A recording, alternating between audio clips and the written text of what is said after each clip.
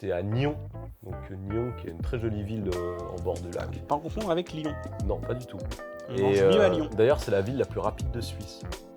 Ah. Nyon. Oh. Oui, non, mais je veux dire, t'as intéressé et des personnes qui vont faire des blagues genre « Ah, t'es ton chi et ton bol de riz ». C'est du racisme. Putain, la France, c'est beau. Ah, la France, c'est magnifique. Beau pays, la France. C'est un pays magnifique. Dans les villages, les villes, même Lyon, tu vois, les églises, les machins, les trucs. En fait, il y a un vécu, il y a un passif, tu vois.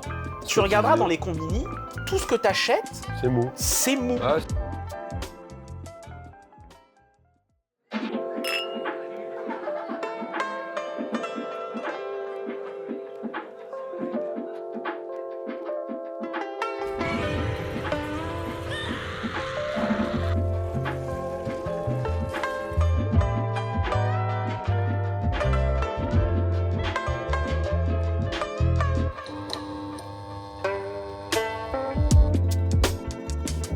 Voilà, on est pas mal. Tu veux bien passer mon verre, s'il te plaît? putain, mais t'es aussi gueux que t'arrives pas à prendre ton Maintenant, je verre. suis loin. C'est la rentrée! Santé! Kampai à la tienne, mon Eh poilou. bah oui, bah ça fait plaisir, c'est le retour du podcast Nakayoshi. Et Kampai à vous tous! Bah si, Bah oui, bah santé à vous, santé à c'est vous. fête, vous nous avez manqué. Bah oui, parce que non, c'est toi qui es parti tout seul en fait. Bah, j'étais en vacances, je fallait bien. J'ai de la famille en France, faut que je les visite de temps en temps. D'ailleurs, quand même. t'es tout bronzé, t'es presque aussi noir que moi, quoi. C'est vrai, mais moi c'est juste le soleil. Et c'est pour ça que j'ai un t-shirt This is Africa. J'ai rien à rajouter là. Non, ça fait super plaisir et vraiment un énorme merci à tout le monde parce qu'il y a eu des très gentils messages qui étaient là. C'est genre, vrai. Ah, le podcast et tout, revenez vite. Les gens étaient trop sympas, genre ouais, machin, il est où le gros tas? Enfin, c'était vraiment Attends, touchant. Attends, ils étaient super sympas, sauf dans les commentaires sur le short. Oh si, moi j'ai vu que les gens étaient plutôt cool. Bah, parce qu'en fait, comme vous savez, on fait des shorts sur YouTube et il se trouve qu'on en a fait un qui a explosé, Ouais, un truc de fou. Il est à 700 000 vues, on comprend pas ce qui se passe. Là, je pense qu'au moment où on va sortir cette vidéo, on sera peut-être à 750 000 vues. Mais c'est dingue, ça s'arrête Ah, pas. c'est assez ouf. C'est pas. Je pense que c'est parce que tu es très beau. Non, mais je Moi, pense que je pense à ça tout de suite. à partir du moment où c'est des sujets un petit peu touchy, ah c'est du racisme, ah mais moi je sais, toi tu sais pas et tout, tu dis n'importe quoi, Ouais, il a les, raison. Les top commentaires, mec, les top upvotes, c'était il ressemble, on dirait le Uncle Roger de Wish. Et qu'est-ce qu'il a avec sa phalange et, Mais oui, parce que j'avais un t-shirt orange en plus. Ah, Uncle Roger, il a souvent une t-shirt orange. Mais oui, c'est son costume. Mm. Il a un polo orange en fait. Donc moi j'avais mon top orange. Puis aussi il y a des gens qui disaient que je ressemblais au rappeur Gizmo, Willy Denzel. P. Diddy, enfin. Non, quand même pas. Je suis noir mais pas à ce point-là quoi. Oh mince. Non, mais en tout cas, bah, si jamais, allez voir ce fameux short, hein, il sera pas difficile à trouver, c'est celui qui a le plus de vues. Voilà, il y en a un, bon, qui se détache un peu. Mais donc voilà, hein, moi je suis rentré de France, prêt à en découdre une fois encore. Hein, donc je suis bien content d'être rentré, hein, même si j'ai passé un très bon moment avec ma famille. Et en plus, je sais qu'ils m'écoutent, donc c'est encore plus touchant. Ah bah ça fait plaisir. Ah, Je tu leur fais as un parlé, gros ils bisou t'ont à dit, tous. je regardais. Bah, c'est eux qui m'en ont parlé. Je me dis, Sérieux? oh là là, super ton podcast. Ah, ils aiment bien. Bah écoute, a priori, tout le monde aime bien. Donc bah, ça fait j'étais plaisir. surpris, tu vois, parce que je me suis dit, j'étais pas sûr qu'ils seraient le public visé, eux, tu vois. Ouais. Mais bon, je pense qu'à partir du moment où ils voient. Et ils ont- montre-nous, je ne reviens pas les mains vides. Ah bon? Et oui, parce que je te ramène des petites surprises. Ah merde, c'est les coucougnettes de Non, Lyon? non, c'est pas les coucougnettes, c'est les coussins de Lyon. Mec, c'est Tu as naturel tout. ces couleurs. Tu as les pralines roses de Lyon, tu as les quenelles de Ah bah Lyon, mec, t'es et trop tu as gentil. les coussins de Lyon. Ah donc voilà. ah ouais, c'est vrai que le coussin, il a vraiment une forme de coussin quoi. Donc voilà, eh bah oui, c'est pour ça qu'ils s'appellent les coussins de Eh, Lyon. regardez ça, merci beaucoup. Hein. Eh, merci, Mais je t'en merci, prie, je merci t'en du prie, fond du Antoine, cœur. Hein. C'est spécialité lyonnaise, Et ça a donc l'air- ça a l'air- chocolatier Ah oui. voisin. Mais ça, j'avais goûté, t'en avais ramené une fois. Non, alors franchement, j'ai hâte de donner à ma femme. Eh bah écoute, mange-en aussi quand même. c'est Bah pas oui, pour mais elle. bien sûr. Merci beaucoup. Mais, Ah la tienne, voilà. merci. Parce que oui, tu es parti combien de temps en France là? Je suis parti 3 semaines. Alors, je pense que ça Et c'est. je pense que c'est l'occasion, moi aussi, Montoinou. Est-ce qu'on n'en profiterait pas pour faire un petit épisode France versus Japon? Bah Pendant que c'est tout frais, là, comme ça. là c'est tout frais, il Faut en revient. profiter. Donc tu reviens de 3 semaines en France pour des raisons Ouais. familiales comme tu as dit. Alors, toi tu retournes en France toutes les années, non? Ben, écoute, c'est la deuxième fois que j'y retourne depuis que je suis au Japon. Parce que... Ah, c'est que la deuxième Bah oui, fois. parce que Covid a frappé au début. Hmm. Au début, il y a beaucoup de Covid. Et même peu de temps après le Covid, les prix étaient encore délirants. Ah ouais. Donc, bon, c'était un peu compliqué de... C'était un peu compliqué de rentrer à ce moment-là. Donc, c'est vrai que j'ai fait 4 ans sans rentrer au pays, quoi. Ah bah pareil, j'avais aussi fait 4 ans sans rentrer en Suisse. Ma dernière fois en Suisse, c'était en 2019 et quand je suis retourné, c'était en 2023. Mais là, du coup, en France, est-ce qu'il y a des choses qui t'ont choqué? Ah, plein. Ah ouais? Bah, déjà les gens, Ah bon, à bah, ils quel sont niveau? pas bridés, quoi. Ah, forcément, ouais. Là, t'étais allé à Lyon et t'étais allé où aussi? J'ai fait Lyon et j'ai fait l'Alsace. T'es pas allé à Paris ou autre chose? Je suis passé à Paris en coup de vent et... En tout cas, Charles de Gaulle, pas ouf, tu vois, je recommande pas pour les vacances. Bah d'ailleurs, dites-nous dans les commentaires d'où est-ce que vous venez de France ou d'un autre pays francophone, on va dire. Ce sera assez intéressant de savoir d'où viennent les spectateurs. Donc, attends, là, tu parlais des gens. Alors, tu vas me dire, est-ce que c'est vrai? Parce que, évidemment, moi, en tant que Suisse, on a beaucoup de préjugés, de clichés à propos des Français. Bah, en vérité, en fait, il y a un truc qui m'a frappé, qui est agréable de retrouver. Je sais pas si c'est juste par le fait que je sois français ou pas japonais, mais bon, d'un côté, je sais parler japonais, je me débrouille en japonais, et j'ai pas de souci pour communiquer avec les japonais, tu vois, donc je pense pas que ça vienne de là. Mais juste, les gens ont tendance à être quand même plus ouverts, plus sympas en France, tu vois. D'accord. Un truc simple, tu t'achètes tes sandwichs, tes machins dans une boutique, les gens ils vont sourire, ils vont peut-être même un petit peu parler avec toi, tu sais, tu peux rigoler un peu avec eux, tu peux dire des trucs, enfin c'est... Attends, parce que la qualité du service au Japon, c'est quand Non même... mais attention, c'est pas ça que je dis, hein. quoi. La qualité du service au Japon, elle est impeccable, hein, ça change pas. Hein. Ah, mais tu dis que dans le côté Il y chaleureux... a un côté plus humain Ah, ok. en France, je Donc, trouve. Selim pense que les Japonais sont des robots et des Non, machines. pas du tout. Jamais de la vie. Mais c'est vrai que tu retrouves une certaine sympathie, une ouverture un petit peu plus... Il y a une petite connexion de plus, en fait, tu vois. D'accord, ouais. Mais T'es dans une boutique, tu vois, genre... je vois ce que tu veux dire. Quand quelqu'un vient de parler dans une boutique, par exemple, t'y crois. T'y crois plus que... C'est plus naturel que... C'est pas par étiquette. Exactement. Bon, ouais, Exactement. ça c'est vrai que le truc qui est très agréable au Japon, hein, c'est évidemment la qualité du service, elle est dingue, elle est folle. Je pense que... Non, les gens se rendent pas compte, ne serait-ce que la poste, tu vois. Alors après, les choses ont beaucoup évolué en France aussi. Hein. Ah bon? Mais ouais, non, il y a des trucs moi qui m'ont surpris. Hein. Par exemple, le système, les transports en commun, j'ai trouvé qu'ils étaient mieux en France qu'au Japon. Quoi? Les bus, tu dis? Les bus, par exemple. Ah oui. Je vais te donner des... Les bus au Japon, je trouve assez gaze. Et j'habite même pas Paris, j'habite Lyon, tu vois. Donc j'imagine qu'à Paris, c'est même encore mieux, tu vois. Mais je te donnerai des détails. Mais et voilà, j'ai perdu le fil, je sais plus où j'allais. Non, mais l'hospitalité. Oui, le sens du service. Merci, toi. Non, mais le sens du service, je trouve qu'au Japon, bah, c'est le travail, tu vois. Évidemment, oui, tu sais que c'est un travail. Les gens, ils vont souvent aller faire the extra mile, tu vois. Ils vont souvent aller plus loin. Tu dis en France ou au Japon? Au Japon. Okay. Au Japon, ils vont souvent aller plus loin pour satisfaire le client, tu vois, pour le plaisir du travail bien fait. Par exemple, la poste. Ouais. Mettons que tu viens de louper le postier. Ouais. Et bah, si tu le rappelles dans la foulée parce qu'il a essayé de t'appeler, il va revenir, par exemple. Ouais, c'est vrai que c'est pas mal, ça. Moi, en France, combien de fois ça m'est arrivé en France de prendre ma journée, d'attendre parce que j'avais commandé un jeu en édition collector limitée qui venait du Japon, par exemple. Mec. J'attends, le mec il passe pas de la journée, je suis devant la porte, et tout ça pour voir en fin de journée un avis de passage. Ça rend ma boule. Bah, tu sais, le truc aussi qui est complètement vrai, et ça c'est vrai que pour moi, la qualité du service ici au Japon, elle est unmatched, même si en effet il y a moins ce côté un peu humain, à la bonne franquette qu'on peut avoir en Suisse ou en France. Il m'est arrivé un truc il y a quelques jours, vraiment, c'était samedi soir ou vendredi soir. Par erreur, je commande une pizza sur Domino's. Domino's. Non, c'est pas ça la chanson. Toi, t'es parti longtemps, hein, tu te rappelles plus. Ah si, c'est ça, c'est pas ça? Non, c'est Domino's Pizza. Ah, au Japon, je crois que Domino's, c'est en France. Ou alors, non, c'est Motus, Motus que tu chantes. Mais non, mais pas du tout. Mais bien sûr, chante. Mais il y a un truc avec Domino's. Mais soit c'est en France, soit ça ailleurs, je sais plus. Bah, chantez-le dans le commentaire. Oui, c'est ça qui c'est Domino's Pizza. Domino's Pizza. C'est quoi Pizza là? C'est une autre chaîne de oui, mais c'est quoi? Il y a un jingle aussi, je crois. Je sais pas. Je crois que Pizza là, j'ai goûté qu'une fois. C'est pas ouf. Hein. Mais ils ont pas. En fait, la chanson de Domino's, je la connais seulement parce que je vois les pubs sur YouTube. Je pense que Pizza là, ils ont pas les thunes. Enfin, si, c'est quand même. Ah, si, c'est big au Japon. C'est big, Pizza. J'ai jamais vu une pub Pizza là. C'est un peu le Moss Burger des pizzas en vrai. C'est bon, Moss Burger. Oh, c'est trop bon. Toi, t'es vraiment un Asiate. Hein. Bon, ok, alors laisse-moi finir mon histoire de pizza. Pizza Hut, c'est flingué aussi, j'insiste. Pizza Hut, c'est vraiment à chier. Pizza Hut, ça fait longtemps que je n'ai pas mangé. Au Japon, c'est une catastrophe. Pardon, je commande par erreur une pizza chez Domino's vers minuit. Domino's Pizza. Donc, le gars, il arrive. Ouais. Il arrive chez moi à 23h45 avec la pizza. Ouais. Je dis, ok, c'est cool. Hop, je me pose, j'ouvre la boîte. C'est pas la pizza que j'avais commandée. C'était pas du tout ce que j'avais commandé. Ouais. Du coup, moi, j'appelle la pizzeria le Domino's et je dis, mec, je suis désolé, j'ai reçu ma pizza, mais c'est pas la bonne, j'ai reçu ça à la place de ça. Ils font, oh machin, on est désolé et tout. On va renvoyer quelqu'un chez vous avec la bonne pizza. T'imagines ? Attends, alors, laisse-moi finir. Et moi, je fais, ah, mais j'ai l'autre pizza là, qu'est-ce que j'en fais ? Il fait, bon, bah, gardez-la. Donc, ils ont gardé ouvert le Domino's, parce que normalement, ça s'était fermé, tu vois. C'était fermé.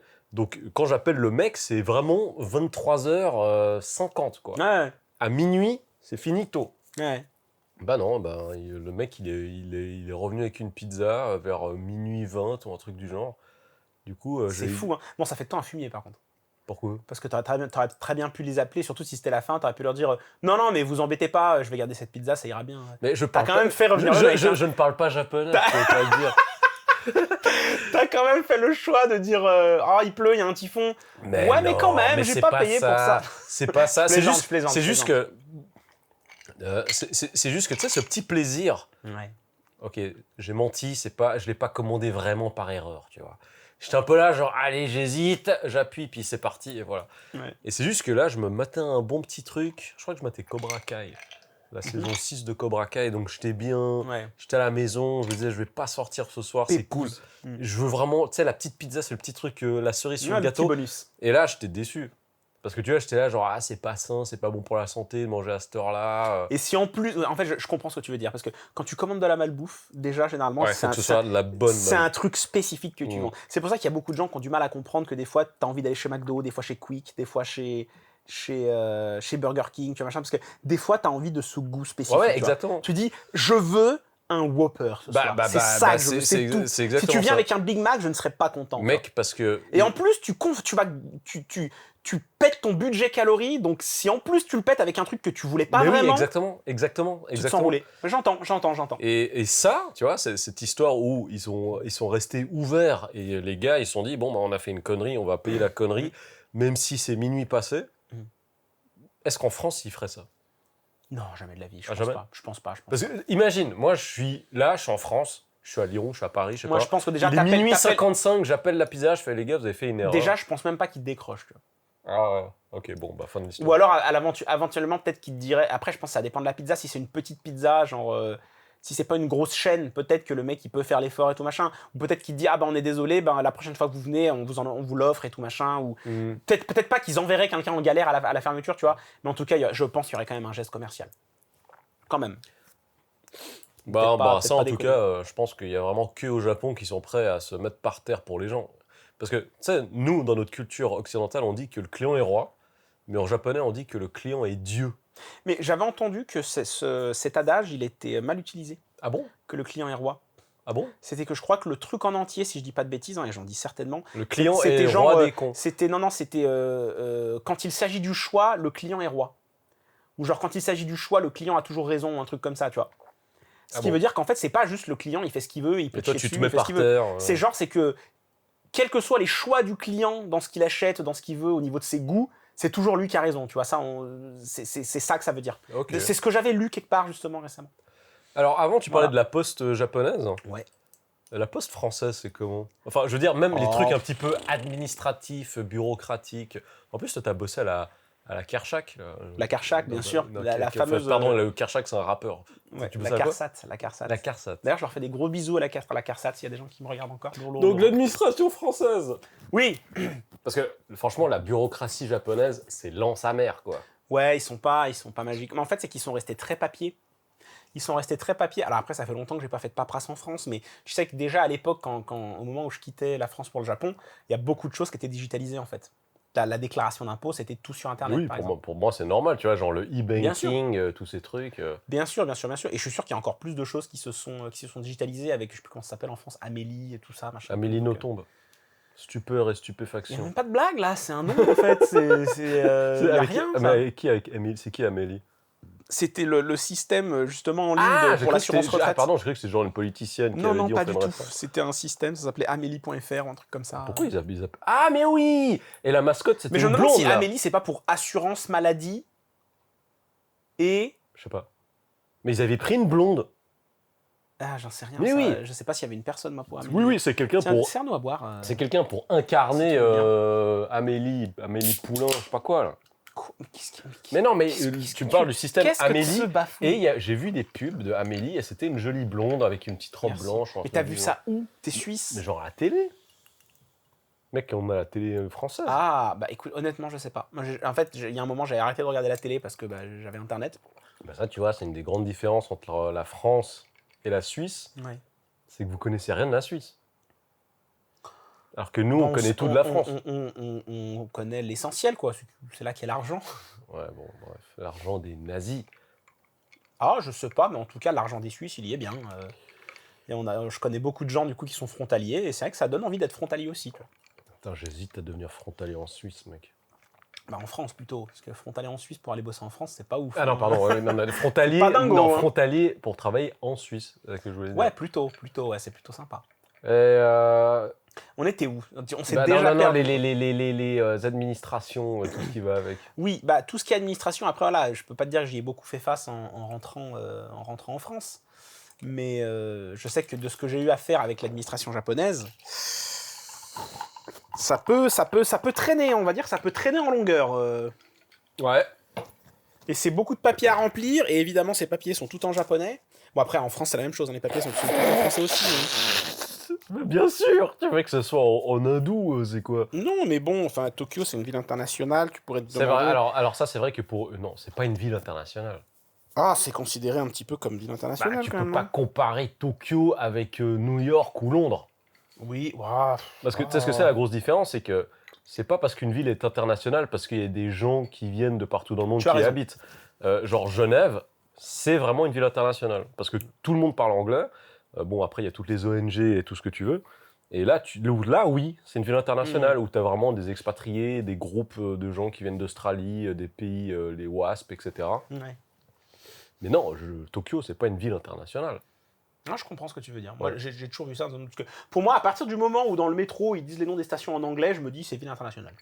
Genre Tabata. Voilà, mais c'est peut-être après, voilà. C'est peut-être un petit peu réducteur.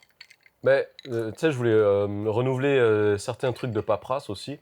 Ouais. Et j'ai un mini hôtel de ville vers chez moi. Ouais. Donc c'est pas l'hôtel de ville principal, parce que j'habite dans la municipalité de Shibuya. Et j'en ai un petit à côté de chez moi. Ouais. Et moi je dis bon bah à côté c'est pratique, tu vois. Ouais.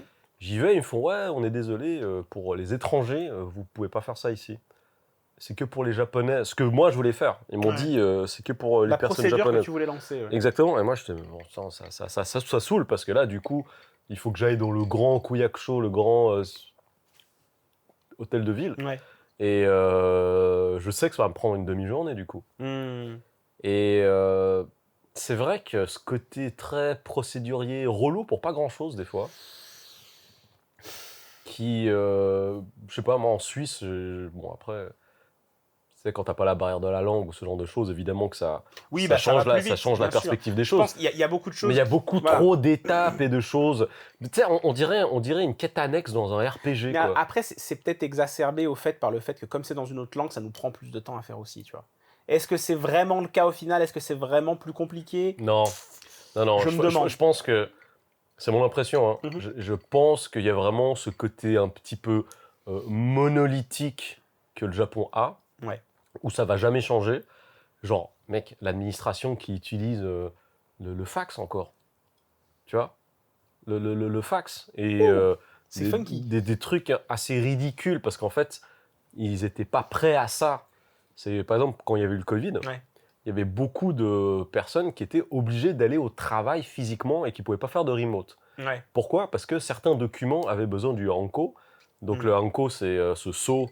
C'est un tampon qui fait office de signature pour les documents officiels. Donc, par exemple, si vous allez ouvrir un compte à la banque, il faut que vous ayez votre hanko. Ouais. Je sais pas, toi, sur le tien, c'est genre... Toi, c'est écrit quoi sur le tien? C'est marqué Selimu Begagu. Ok, donc en katakana. En katakana, j'ai mis. Ok, moi c'est écrit Kim.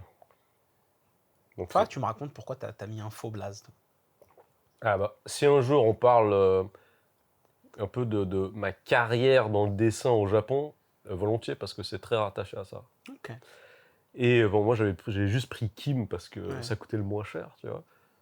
Il n'y a que 3 lettres. Bah non, il y en a 2. Ah, Kimu. Ah oui, Kimu, en kana, oui, pardon. Ouais, en katakana, ça fait Kimu. Parce que les Hanko, tu peux aussi les mettre en romaji maintenant. Ah ouais? Ouais, tu peux. Ah, je savais pas du tout. Donc, il y a malheureusement beaucoup d'entreprises qui n'avaient pas le système de signature digitale. Ouais. Donc, il y avait des documents où il fallait vraiment avoir le tampon physique. Ce qui fait qu'il y a beaucoup de personnes qui, pendant la pandémie, étaient obligées d'aller physiquement au bureau. Et c'est quand même assez marrant, c'est comme le Covid, il a changé un peu les choses. Ah, mais c'est un truc de fou, hein. Parce que tu sais, le remote chez nous, ça a toujours existé. Alors en France, bif bof. Ok. Moi, je sais que quand je suis parti quand j'ai quitté la CARSAT, justement, c'était tout juste en train d'être mis en place. Ah bon? Donc je pense que Covid a accéléré les choses de manière drastique. Attends, j'ai une question. Pourquoi tu dis Covid comme si tu parlais de quelqu'un? C'est juste que... Ah, tu dis pas le ou la Covid? Ouais, non, je sais pas, j'ai dit Covid des fois. Ok. Pardon, je pense que le Covid... En fait, quand je dis Covid, je référence la période, je pense, plutôt. Tu vois ce que je veux dire? Bref, je pense que le Covid a accéléré les choses de manière assez drastique. Et parce que effectivement, moi vraiment, il y avait que très peu de personnes qui pouvaient faire du remote quand je suis parti de la CARSAT. Mais genre, après... Alors pourtant, c'est tout des boulots. La majeure partie des gens qui bossent là-bas, ils pourraient faire du remote toute leur life, ça changerait rien, tu vois. Ouais, c'est clair. Ouais, mais maintenant, tu dirais que c'est quoi? Un petit peu en proportion dans l'administration, En France? Ouais. Oh putain, voilà, mec, tu me demandes un truc, j'en ai aucune idée, tu vois. Je crois que tu revenais de France et que tu t'étais renseigné pour le podcast. Je sais que... Oui, mais je me suis renseigné sur les trucs que j'ai vus. Je suis pas allé bosser en France. Il est fou, lui. T'es pas allé à la CARSAT. Attends qu'on parle T'es pas allé à la CARSAT pendant tes vacances. Attends qu'on parle de bouffe et de climat. Là, je pourrais envoyer. Oh là là, ouais, je sens que pour la bouffe, tu vas m'énerver. Ah, mec, j'ai fait... Ah non, je crois pas, non, parce que si. c'était de la folie furieuse. T'as mangé quoi? Attends, on est sur autre chose, là. Je passe du coq à l'âne. Non, je disais, en fait, c'est juste que d'avoir discuté avec mes potes qui sont toujours en France, il y a clairement en France les entreprises qui poussent au cul pour que les gens reviennent au bureau, tu vois. Ah, pourquoi? Genre j'ai un pote qui bosse chez... Et ben lui, il a droit qu'à 2 jours de remote par semaine. Mais c'est quoi? Parce qu'ils ont l'impression qu'ils bossent moins bien chez eux? Je sais pas. Ils se disent peut-être que les mecs ils tirent au flanc quand ils sont chez eux ou des trucs comme ça et ils ont peur que. Mais du coup, alors que mon pote il fait un boulot, c'est vraiment un boulot d'informaticien, tu vois, de programmeur. Il a rien à foutre dans un bureau techniquement. Il a pas besoin d'être au bureau. Mais tu sais qu'il y a cette tendance aussi au Japon maintenant parce qu'il y a même. Ah moi c'est pas l'impression que j'en avais, tu vois. Si, parce que moi qui suis en recherche d'emploi en ce moment, il y a plein de postes qui sont en full remote ou moitié remote et genre j'ai l'impression que c'est beaucoup plus accepté au Japon. Parce que maintenant c'est vraiment devenu un argument d'être remote. Là par exemple mon meilleur pote ici, je sais que maintenant il doit plus passer de temps au bureau. Ouais. Parce que c'est la boîte qui on a décidé ainsi, tu vois. Ouais. Alors que lui, à la base, il y a une période, même jusqu'à très récemment, il faisait tout en remote. Et peut-être qu'aller une fois par semaine, il allait au bureau pour voir comment ça se passe et tout. Mais sinon, dans tous ces nouveaux corps de métier, et puis voilà, on a Zoom, on a Skype, on a des scanners, on a des emails. On a tout ce qu'il faut aujourd'hui. On a besoin de rien, tu vois. Enfin, même dans le dessin. Hein. Donc moi, j'ai toujours bossé en remote à la base. En même temps, dans le dessin, j'ai du mal à imaginer autre chose. Ouais, mais tu vois, par exemple, il y a des gens qui ont vraiment envie que tu sois là. Par exemple, j'avais eu une offre d'emploi pour être dessinateur pour une boîte ici au Japon. Et le salaire, il était pas dégueu. C'était à Shinjuku, machin chose.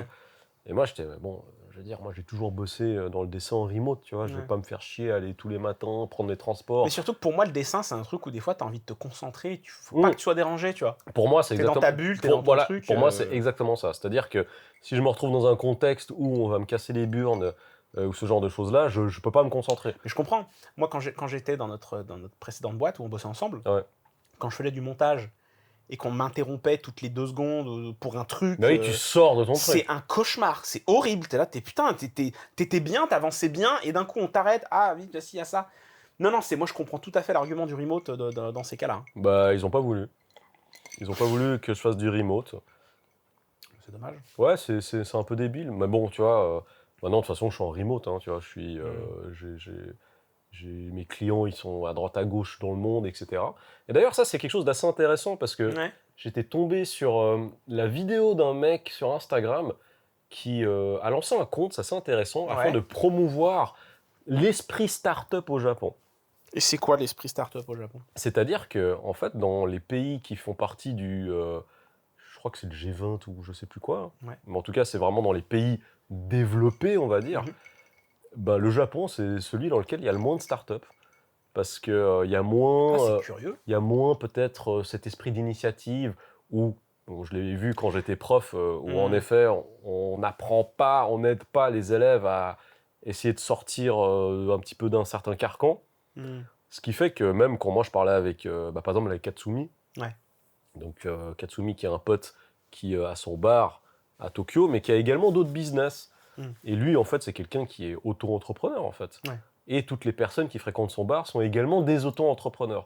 Et en fait, il me parlait du fait que c'est quand même des personnes qui ont des profils qui sont plutôt rares, en fait, au Japon.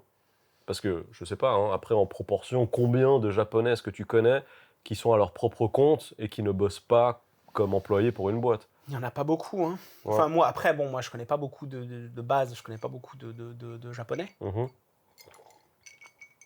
Mais c'est vrai que tous ceux que j'ai rencontrés, que j'ai connus, que je connais encore maintenant, ils sont employés. C'est des salariés. Parce que, regarde, même un petit peu tout cet écosystème de l'entrepreneuriat, des startups, etc. Je pense très sincèrement, en Suisse, il y a bien la moitié de mes potes qui sont entrepreneurs. Après, est-ce que c'est plus facile? Mais après, ça dépend de ce que tu appelles entrepreneur. Parce que regarde, des Japonais qui se disent j'ai envie d'ouvrir un resto, un truc, il y en a plein, tu vois, c'est des entrepreneurs. Oui, oui, tout à fait, c'est vrai. Et bon, c'est pas les petites gargotes qui manquent à Tokyo, quoi. Mais je pense plutôt en termes de start-up, tu vois. Après, je pense que ça dépend des domaines aussi. Moi, quand j'ai travaillé, quand j'ai fait un bootcamp de programmation donc, dans un truc qui s'appelle Le Wagon, qui sont assez cotés au Japon, justement, enfin dans le monde même, c'est pour t'apprendre à devenir programmeur. Et ça, c'est des machines à création de start-up. Les gens, quand ils sortent de là-bas, il y en a plein qui décident de créer des boîtes et machin et tout. Donc, je pense que ça dépend du domaine, tu vois. Tu auras plus de start-up en IT que dans l'informatique, je veux dire, que dans d'autres domaines, tu vois. Parce que je m'en rends compte, ne serait-ce que maintenant, quand je recherche du boulot là sur LinkedIn et tout machin, les 3/4 des boîtes pour lesquelles je postule, c'est des boîtes de prestations. Donc c'est tous des mecs qui ont un jour décidé, hop, je lance une petite start-up et c'est parti, et qui ont embauché du monde et qui ont vendu leurs services à des boîtes. Et une fois encore, je pense vraiment que ça dépend du domaine. Ça dépend du domaine. Ok. Ouais, enfin, moi c'est un petit peu mon image, parce que c'est vrai que j'ai quand même aussi pas mal d'amis aux États-Unis. J'ai beaucoup bossé avec des quinries, donc que ce soit des artistes, des labels, des managers, etc. Et c'est vrai que tu as toujours très souvent ce côté self-made man, où c'est des personnes qui ont tout monté, tu vois, parce que tu peux dire, ah, le gars, il a monté son label, mais ça veut dire que c'est quelqu'un qui fait la communication, ils ont des gens pour le marketing, enfin, ils ont vraiment créé un écosystème qui tourne autour de tout ça. Et je trouve ça assez impressionnant, alors que j'ai beaucoup d'amis au Japon qui sont également dans la musique. Mais mec, c'est la cour de récréation, quoi. C'est ouf parce que pour moi, hein, c'est très bizarre ce que je veux te dire, mais un petit peu, si je dois parler d'écosystème un petit peu indépendant, qui produit de la musique, etc., où c'est de la débrouille, parce que moi j'ai souvent bossé sur des projets indépendants avec des gens en France, en Suisse, aux États-Unis, et tu vois tout de suite que voilà, il y a des personnes qui... Enfin, maintenant, je ne sais pas si on fait ça parce que c'était l'époque, mais tu as une street team, tu as des gens qui vont coller des affiches, tu as des gens qui vont s'occuper des réseaux, tu as des gens qui vont s'occuper de ça. Et un cahier des charges c'est très bien organisé, tu vois. C'est peut-être pas des sorties qui vont vendre 100 000 albums ou un truc du genre, mais en tout cas, il y a un effort qui est fait en amont afin que le projet se passe bien et qu'il y ait une bonne portée. Mais là, pour les gens ici que je connais et qui sont en indépendant, c'est n'importe quoi. Pourquoi c'est n'importe quoi? Parce que j'ai l'impression qu'ils ne savent pas produire et promouvoir un projet. Mais après, c'est des trucs, comment dire, il faut... tout le monde n'est pas égaux par rapport à ce genre de choses. Être auto-entrepreneur, de base, il faut avoir la débrouille. Je suis d'accord, mais en fait, c'est quelque chose que je dis souvent. c'est que y a quand même certains aspects du Japon, je trouve, sur lesquels ils sont à la ramasse en retard, tu vois. Surtout que maintenant, on a toutes les ressources nécessaires, Internet, pour se renseigner et savoir un petit peu comment ça se passe. Après, je ne sais pas quelles sont les ressources en japonais, parce que très souvent, c'est des personnes qui ne parlent que le japonais. Mais maintenant, mec, tu as des tutos partout pour tout faire. Honnêtement, là-dessus, je suis d'accord avec toi. C'est que tu as des tutos pour tout et n'importe quoi. Disons que tu te dis, tiens, j'ai envie de devenir plombier. Je suis sûr que tu vas sur YouTube, tu as des tutos de plombier, tu peux devenir plombier, mec, sans stress. Mais tu sais, pour moi, c'est le truc qui est un petit peu bizarre, c'est que si je dois vraiment faire une comparaison entre, pas seulement par rapport à la France, mais par rapport à cette mentalité occidentale qui est plus débrouillarde, t'es plus dans le hustle, si je puis dire, et les Japonais, ici, il y a moins cette démerde, en fait. Je sais pas. Je veux pas faire d'amalgame, donc... Non, mais pour moi, c'est pas un jugement de valeur. Non, bien sûr. C'est pas un jugement de valeur, c'est une constatation où je constate que il y a moins de débrouille à ce niveau-là, tu vois. Par exemple, pour l'utilisation d'Internet ou ce genre de choses, il y a beaucoup de choses qui sont faites ici qui sont très à la ramasse, je pense. Mais les bonnes pratiques de l'informatique au Japon, elles sont aux fraises. Tu regardes en termes de, de web design, les sites internet japonais. Mec, le user experience ici, c'est horrible, les sites. Quel enfer! T'as l'impression que c'est du multimania.com/bibliothéque. Quel enfer! T'as l'impression qu'ils sont restés dans les années 2000. C'est terrible, c'est terrible. Non, alors là, justement... Ils te mettent des images de partout. Tu vas sur un site, tu veux traduire, ça te traduit rien parce que c'est tout des images. Enfin, t'en as dans tous les sens. Machin, c'est plus où cliquer. Vraiment, des fois, il y a des sites.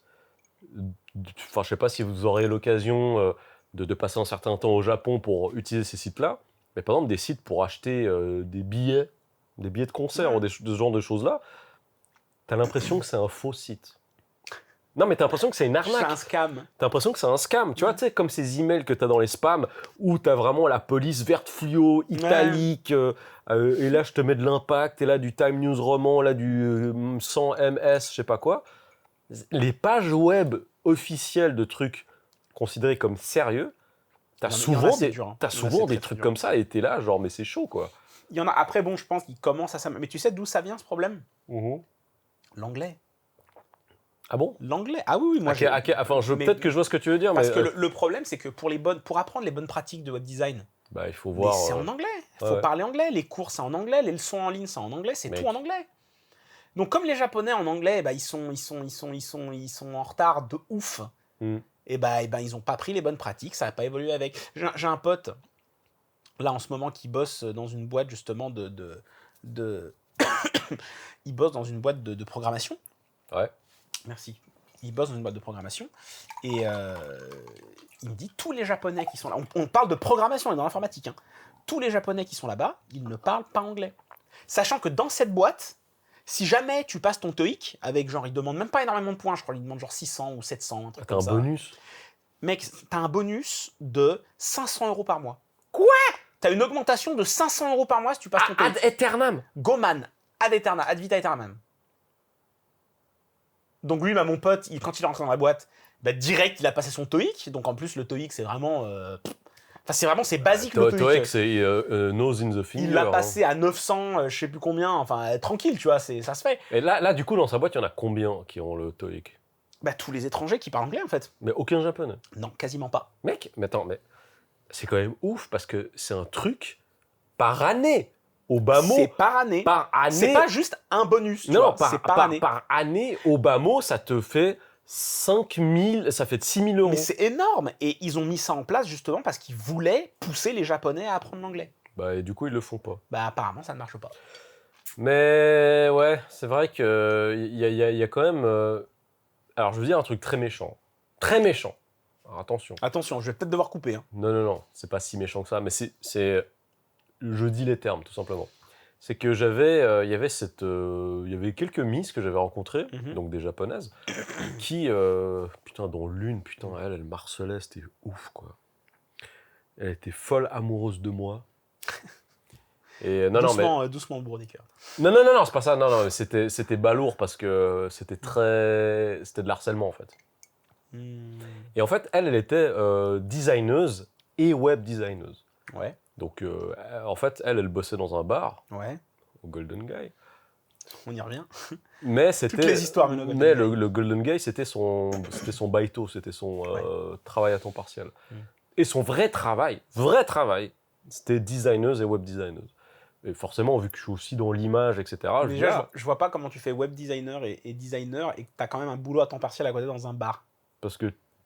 Elle aimait bien ou elle en avait besoin? Parce que je me dis. En fait, il y a un petit peu des deux, quoi. Je pense que. Normalement, c'est bien payé comme boulot, ça, à Tokyo. Bon, alors après, je sais pas si c'est vu le niveau de ce qu'elle faisait, mais. Écoute, elle me montrait des trucs et puis. Moi, je suis dans l'image, je suis intéressé, je dis, vas-y, montre-moi, qu'est-ce que c'est et tout. Et elle me montrait des trucs qui étaient quand même affichés dans les trains, tu vois. Tu sais, des fois, t'as les espèces de pancartes au milieu qui pendent. C'est moi qui ai fait ça. Non, mais elle prenait, parce qu'elle voit, c'est moi, c'est mon design, puis elle a fait délirer, puis en fait, elle me montrait ces trucs. Et moi, je regarde et je dis, mais c'est nul.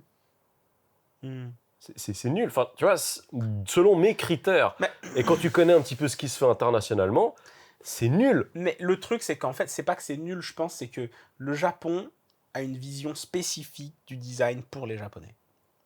C'est-à-dire pas dans des trucs qui sont hyper chargés. C'est ça. C'est ultra brouillon. Faut que ça t'agresse, faut que ça pète, faut que ça te prenne le regard. Et c'est vrai que c'est une philosophie qu'ils ont gardée jusqu'à maintenant. Et c'est un truc que tu vois quand même à la télé. Non, mais ça, c'est très regarde, c'est fameux. Tu regardes les séries, les programmes télé au Japon où ils ont des guests, machin et tout machin. Tu regardes un écran sur deux, c'est illisible. Ouais, t'as les sous-titres en gros de ce qu'ils racontent. Ils changent la police pour mettre des effets de style. T'as les speedlines. En haut à gauche, t'as la tête des mecs qui réagissent au sketch qu'ils sont en train de regarder. Non, c'est marrant. Enfin, on dirait, tu sais, les anciens menus dans les jeux vidéo où t'avais genre le score, le nombre de pièces, t'avais trop de machins, ça prenait un tiers de l'écran, alors que maintenant la tendance c'est justement à ce que t'aies l'écran vide et que t'aies juste le plus d'espace possible à l'action. Oui, c'est vrai qu'en Europe maintenant c'est plus, ils ont tendance à épurer justement les designs. Alors que c'est vrai qu'au Japon c'est tout l'inverse, ils te charge les trucs. D'ailleurs, attends, alors c'est certes une référence datée, mais si tu regardes les Dragon Quest à l'époque. Ouais. D'ailleurs, il paraît qu'il y a pas le remake. Non, il a été annoncé, il n'est pas sorti encore. Le remake du 8 ? Non. Le remake du 3, si je dis pas de bêtises. Ah, mais j'ai vu des visuels. Du 2 et 3, ou que du 3, je sais plus. Ouais, oui, ça va. Ce qu'ils appellent remakes, HD pixel. Enfin bref, c'est en pixel art, mais magnifique. Comme Octopath Traveler. Oui, mais par contre, le pixel est vraiment beau et c'est bien animé, quoi. Genre, c'est vraiment, comme Eiyuden Chronicles. Non, mieux encore. Mais bon. Comme Star Ocean Second Story Remake. Non, mieux encore. Ah ouais, mais là, tu me... Non, vraiment, les pixels, c'est vraiment... C'est superbe. J'ai hâte de voir ça. Mais du coup, tu vois, cette espèce de lourdeur que tu avais dans les menus dans Dragon Quest et qu'ils ont gardé jusqu'à assez longtemps. Jusqu'au bout, en fait. C'est jamais vraiment parti. Bon, après, tu joues au dernier, au 9, c'est comme un RPG normal. Ah non, pour moi, c'est toujours les menus des enfers. Oui, mais avant, tu avais ce côté un petit peu balourd, genre, toc, tu dois choisir toc dans les menus. Ah oui, ouais, oui, non, c'est vrai que bon, ça, c'était aussi une tendance qu'il y avait dans les jeux vidéo occidentaux à l'époque, tu vois. Mais c'est vrai que ce côté très vieillot et pas du tout instinctif et pratique, ils ont gardé vachement longtemps, je trouve. Mais en fait, ça m'étonne pas parce que Dragon Quest, ça a toujours été la valeur refuge du RPG au Japon. C'est-à-dire que normalement, Dragon Quest, pour les Japonais, c'est le doudou. C'est-à-dire que c'est la série de jeux où tu sais pourquoi tu y vas. Tu sais ce que tu vas y trouver. Alors qu'à l'inverse, un Final Fantasy, tu sais pas d'un épisode à l'autre sur quoi tu vas tomber. Mais tu vois, je suis tout à fait d'accord. Valeur refuge et tout, je suis tout à fait d'accord là-dessus. Mais après, il y a quand même ce côté qui est pas pratique. Et tu dis, mais il faut enlever ça. Parce que par exemple, il me semble que c'était pour Dragon Quest 8 à l'époque. Il se trouve que la version internationale, donc en dehors du Japon, la musique, c'est une version orchestrale. Ah, alors qu'au Japon, parce qu'au Japon, MIDI. Ils ont la version bon tant pis, pouic, parce que... c'est ce qu'on avait sur Dragon Quest 11. Jusqu'à la version internationale qui est sortie sur Switch. Et Dragon Quest 11, à la sortie, ça t'as ta vieille bande-son en MIDI, pouic. Ah là, mec, t'es sérieux? Bien sûr. Avec le gars qui a le faux trunk, là. Ouais, exact. Et mec, et c'est dégueulasse. Alors, les musiques sont belles, il n'y a pas de souci, tu vois. Mais le problème, c'est que elles sont en MIDI, pouic. Donc, t'es là, t'es genre, ouf, il y en a vraiment, elles agressent, hein. Ah, elles font saigner des oreilles, tu fais wow putain. C'est pour ça en fait que je comprends pas. Enfin, je comprends pas. Mais ça, si je dis pas de bêtises, c'était une volonté de l'auteur ou je sais pas quoi. C'est l'ADN de la série. Du compositeur et tout machin. Mais qui est un gros facho. Il paraît, mais il est c'est mort. pareil que c'était un méga facho, quoi. Mais bon, ils ont sorti en tout cas une version maintenant avec les musiques orchestrées, des doublages, et je crois que c'est la version S, ils appellent ça, je crois. D'accord. Dragon Quest 11 S. Mais ouais, en fait, je pense que ce côté qui est assez rigolo de vouloir garder un petit peu cette vibe du passé, est-ce que c'est par ouais, mais ça, je respecte. flemme Moi, non, ça, je respecte. Je veux dire, maintenant, en général, tu vois, pas seulement par rapport au Dragon Quest, mais par exemple, il y avait des centrales nucléaires où en fait, il y avait certaines commandes qui utilisaient des floppy disks. Oui, je me rappelle. Et je crois que justement, il y a peu de temps Et là, ils ont décidé de changer il n'y a pas longtemps. Et il y a cette espèce d'attachement au passé. Je pense que c'est beaucoup, ils ont beaucoup cette notion de tant que c'est pas cassé, ne le change pas. Tant que ça marche, ça marche. Ouais, mais en fait, je pense que je suis d'accord avec ça, mais en partie, j'ai surtout l'impression que c'est parce qu'ils ne sont pas assez ouverts sur ce qui se passe à travers le monde. Parce que là, tu m'avais dit... Mais une fois encore, c'est le manque pour moi, c'est la langue. À partir du moment où les gens ne parlent pas anglais, bah, c'est très difficile de t'ouvrir sur l'extérieur. Mais en France non plus, ils ne parlent pas anglais. Alors qu'il y a des entreprises au Japon, justement, qui essaient de tenter cette ouverture depuis longtemps. En particulier dans le jeu vidéo, tu prends Capcom, tu prends Square Enix, ils essaient d'embaucher des étrangers. C'est vrai. J'ai plein de potes que je connais qui travaillent chez Square Enix, qui travaillent chez Capcom, chez Cygame, et parce que justement, ils veulent toucher ce marché, ils veulent savoir ce qui marche à l'étranger, ils veulent savoir ils ont besoin de ces connaissances, puisque de toute façon, ils les ont plus au Japon. Ils savent plus faire. Ok, là tu te fais l'avocat du Japon, mais en France, la bouffe.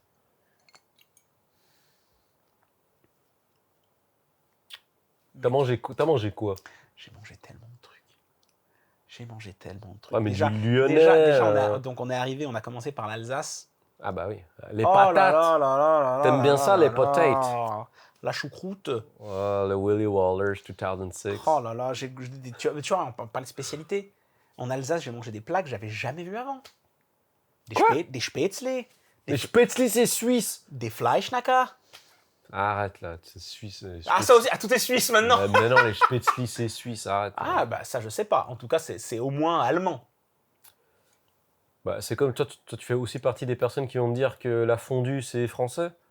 Non, je dirais pas jusque-là. Tu vas me dire que la raclette, c'est français. Je me prononce pas. Non, c'est suisse. Fort bien. Ouais, c'est suisse. Non, mais je me battrai pas là-dessus. Okay. Même le Doria au Japon, ça a été créé par un Suisse. Ah, justement, putain, c'est marrant, j'en ai parlé il y a pas longtemps avec un pote du Doria. On se demandait si c'était japonais ou si c'était européen. Bah en fait, ça a été créé par un chef suisse qui travaille... Au Japon. Au Japon. Ah, donc ça a été créé à Yokohama, donc mais le chef est suisse. D'accord, mais ok. Ouais, mais non, mais c'était incroyable. Et c'est là que tu vois aussi les différences de philosophie sur des trucs de base comme faire les courses, tu vois. Ah bon? Ah oui. Bah, dans le sens où au Japon, faire les courses, à Tokyo en tout cas, hein, à Tokyo, faire les courses, c'est que des petites boutiques.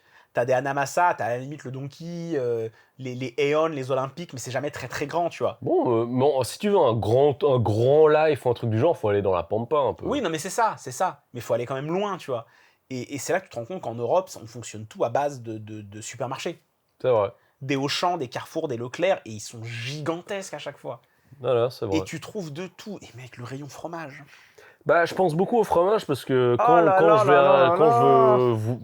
je veux pas acheter, mais quand je veux voir du fromage, c'est comme si je faisais du lèche-vitrine, quoi. Ah, mais c'est exactement D'ailleurs, envoyez-moi du fromage, là. Moi, j'en ai plein dans mon congèle, là. J'ai fait le plat, j'ai fait le... Mais comment tu l'as ramené? Sous vide. Valise sous vide? Bah, ça dépend. Si c'est un fromage à pâte cuite, t'as pas besoin de le mettre vraiment sous vide, tu vois. Putain. Par contre, j'ai fait... Les rayons de charcuterie. Les rayons petit-déj avec les biscuits, les gâteaux, les rayons boulangerie avec le pain. Quoi, t'aimes pas le pain ici où il n'y a pas de beurre? Tu veux dire leur bon pain à la margarine? Leur pain à la margarine mou? Non, mais ils ont des trucs, franchement, ici, ils ont des trucs, c'est des démonneries. Des petits pains. Attends, tu dis ici, au Japon? Au Japon. Okay. Des petits pains fourrés à la margarine. Quelle horreur! T'en trouves dans tous les 7-Eleven. C'est comme si je mangeais une motte de beurre. Vas-y, Slobodou, mange ton beurre. Non, mais manger du beurre. Si c'était fourré au beurre, je te dirais, ok, tu as pas un beurre, tout va bien. Fondu à la margarine. Mais qui mange qui fait des tartines de margarine? Bah, Slobodou. Vas-y, mange ton beurre, Slobodou. Enfin, je sais pas s'il y en a qui auront la référence. Mais non, et c'est vrai qu'en termes de qualité de bouffe, de ce que tu peux trouver, c'est vrai jambon, du jambon blanc, juste du jambon blanc, mec. Bah non, parce que ici, c'est vrai que... Des merguez, on a fait un barbecue avec des Là, je suis tout à fait d'accord avec toi. C'est vrai qu'au Japon, il y a un peu cette tendance au mets générique. Tu vois, t'as l'impression que c'est des trucs qui ont été clonés. C'est-à-dire que le petit pain que tu vas manger au 7-Eleven, il a le même goût que le petit pain dans la petite boulangerie du coin. Et c'est toujours des machins qui sont... T'as pas le bon pain croustillant où tu sens que... Alors ça, j'ai une explication pour ça. Vas-y. C'est parce qu'en fait, au Japon, tout doit être pratique. C'est un truc que j'ai appris à l'école. Ah, pas de faire de miettes. Non, même pas. Alors, il y a ça, entre autres. Mais tout est designé pour que ce soit pratique. Par exemple, un pain baguette, faut mâcher dur. Donc, c'est pas bon pour les Japonais. Parce que ça demande plus d'efforts. Et tu vois, tu dois déchirer ton truc pour mâcher, c'est plus dur. Ils n'ont pas l'habitude de ça. Donc, tout doit être mou. C'est pour ça que les pains sont mous. C'est pour ça que l'intérieur, tout est mou. Attends, tu regardes dans les combini. C'est intéressant. Tu regarderas dans les combini. Tout ce que tu achètes, c'est mou. Ah, c'est que du mou. Ton poulet frit, il est vite fait croustillant, mais tu galères pas à le mâcher. Ah non, tu vois.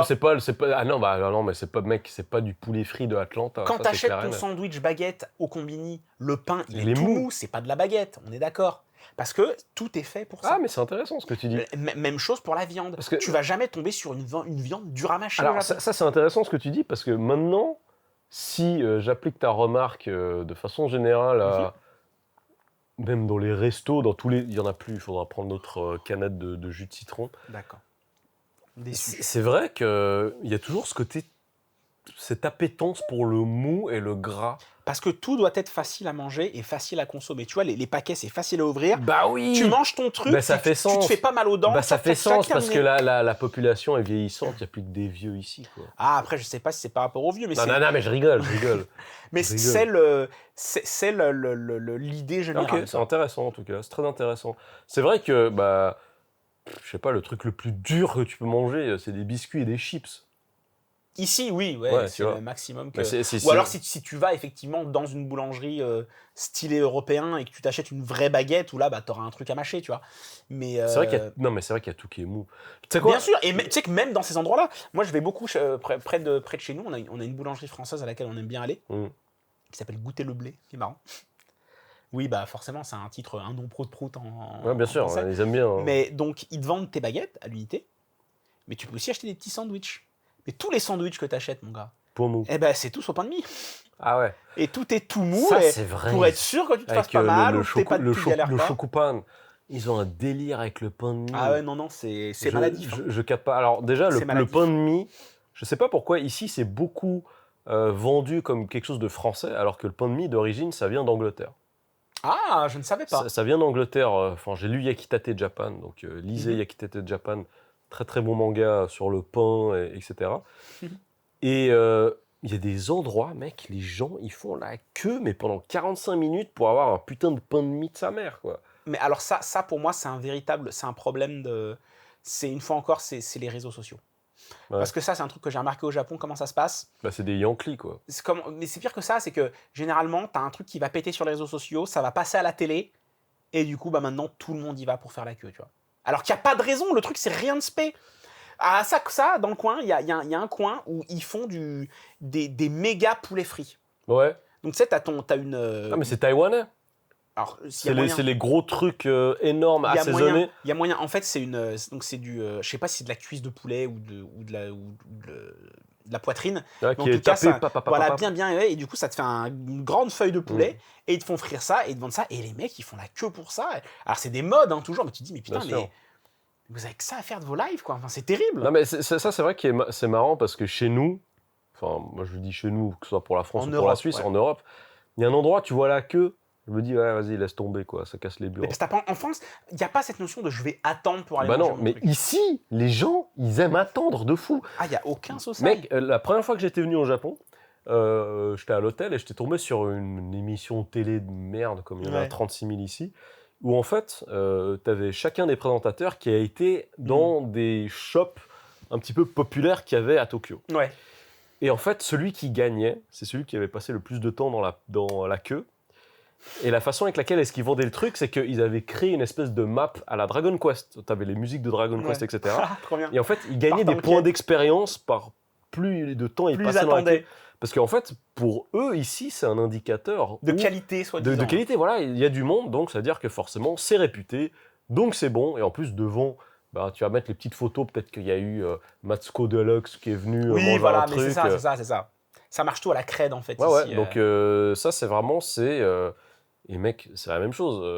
Je sais pas, tu sais, quand tu vas faire les trucs de parc d'attractions, jamais, au grand jamais, je vais faire la queue pendant 2 heures pour un truc qui va durer 3 après, minutes. en France, même ça en France, ça se fait beaucoup. Hein. Pour moi, tu vas dans ça, c'est juste c'est le propre des parcs d'attractions pour moi. Okay. Tu vas dans n'importe quel Europa Park, tu vas parc Astérix, que tu veux. Généralement, si tu as envie de faire le truc, le grand machin qui fait des loopings et qui te fait vomir, t'es obligé d'attendre, quoi. Ouais, moi, mais... je le ferais pas. Hein. Non, moi, je le ferais pas. Personnellement, je le ferais pas, mais je peux comprendre qu'il y ait des gens qui viennent pour ça. Ouais, mais j'ai surtout l'impression que les gens ici, ça les dérange pas du tout de faire la queue. Quoi. Attendre pour des dédicaces à la Japan Expo. Mais tu te dédicaces de qui? Au secours. Mais en fait, la Japan Expo... T'es déjà allé à la Japan Expo? Bien sûr, je suis allé 2 fois. Et la première fois, j'ai adoré.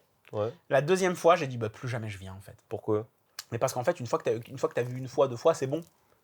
La Japan Expo, c'est bien gentil, mais il y a énormément de monde. Tu passes plus de temps à faire la queue qu'à voir des trucs. Et tous les trucs vraiment cool, et bah, c'est pareil, il faut attendre aussi, ou c'est sur loterie. Genre, il y a une année, j'étais allé, justement, il y avait Hideo Kojima qui passait. Et je me suis dit, ça pourrait être cool, une petite dédicace de Kojima. Le problème, c'est que déjà, il fallait venir super tôt pour faire la queue pendant 1000 ans. Et ensuite, c'était sur loterie pour avoir une chance d'aller faire la queue. Enfin, tu sais, t'es là, c'est bon. Ouais, laisse tomber. Ouais. C'est trop de travail, Alors que tu pourrais juste aller au Golden Guy et croiser des gars. Bah ouais, en fait, le meilleur truc, c'est de sortir et puis de rencontrer... Non, mais la Japan Expo, c'est très... Moi, à la base, la Japan Expo, j'allais pour le karaoké. Ah, il y a un grand karaoké avec tout le monde? Mais en fait, avant, il y avait des karaokés publics. Tu chantais, et puis tu sais, t'avais un stand de karaoké, et tu chantais, c'était dans le hall principal, tu vois. Et tu pouvais chanter ici, et c'était trop cool, et j'aimais bien, tu vois. Mec, toi... Une fois, je suis allé cosplayer à la Japan Expo. En quoi? Ah, notre truc de capitaine bizarre, là? Irresponsible Captain Taylor. Joz Okita. C'est qui C'est l'amiral dans Space Battleship Yamato. Ah, ok. Le Chu Senkan Yamato. Ah ouais, mais il était bien ton costume. Ouais, Putain, mais alors bon, ça de toute façon, moi, ça n'a rien changé, que ce soit au Japon, en France, en Suisse ou en Belgique. Moi, je vais pas dans les conventions, quoi. Ça dépend, ça peut être cool, tu vois. Ah, mais d'ailleurs, toi, t'es allé dans t'es déjà allé en convention au Japon? Je suis déjà allé plusieurs fois au Comiket. C'est quand même mieux que la Japan Expo. Le Comic Market, c'est différent, ça n'a rien à voir. Ah bon? Ah non, ça n'a rien à voir. Le Comiket, t'y vas pour voir des créations originales de fans. Ah, t'es Donc, par exemple, les Dojinka. Ouais. Voilà, t'y vas pour voir ce qu'on appelle des doujinshi. Et ils font souvent des trucs de cul. Oui, très souvent. Il y en a énormément. Et ils les font très bien. Ça dépend. Il y en a, ils savent vraiment pas dessiner, et il y en a, ils dessinent beaucoup trop bien pour faire ça. Et mais oui, effectivement, c'est tout un. Déjà, c'est plus grand que la Japan Expo, c'est immense. Le Comiket, c'est vraiment un truc de fou. Ça, à Makohari Messe, c'est ça? C'est au. Ou je me trompe? Alors, je sais pas, c'est à Odaiba. Ah, c'est à Odaiba. Tu sais, l'espèce de pyramide inversée sur 4 piliers. Parce qu'il y a ça dans... comment s'appelle ce truc, Voyage dans le temps, là, déjà? Voyage dans le temps? Merde, ça s'appelle comment? Comic-Con? Comic-Con, c'est aux States. Voyage dans le temps, merde, Steins Gate. Ah oui, il y a moyen qu'il y ait dans... Il y a dans Steins Gate, t'es sûr? Oh, je sais que ça se passe à Akiba, Steins Gate. Oui, mais en fait, il y a une... Il y a une partie qui se passe là-bas? À la fin, c'est juste que... Ils vont au Comiket et en fait, le héros, il vit ça. J'avais bien aimé Steins Gate, j'avais adoré. Mec, voilà, on parlait de design de l'enfer, de site. C'est le site du Comiket? Ouais, bah ouais. Non, mais attendez, regardez ça.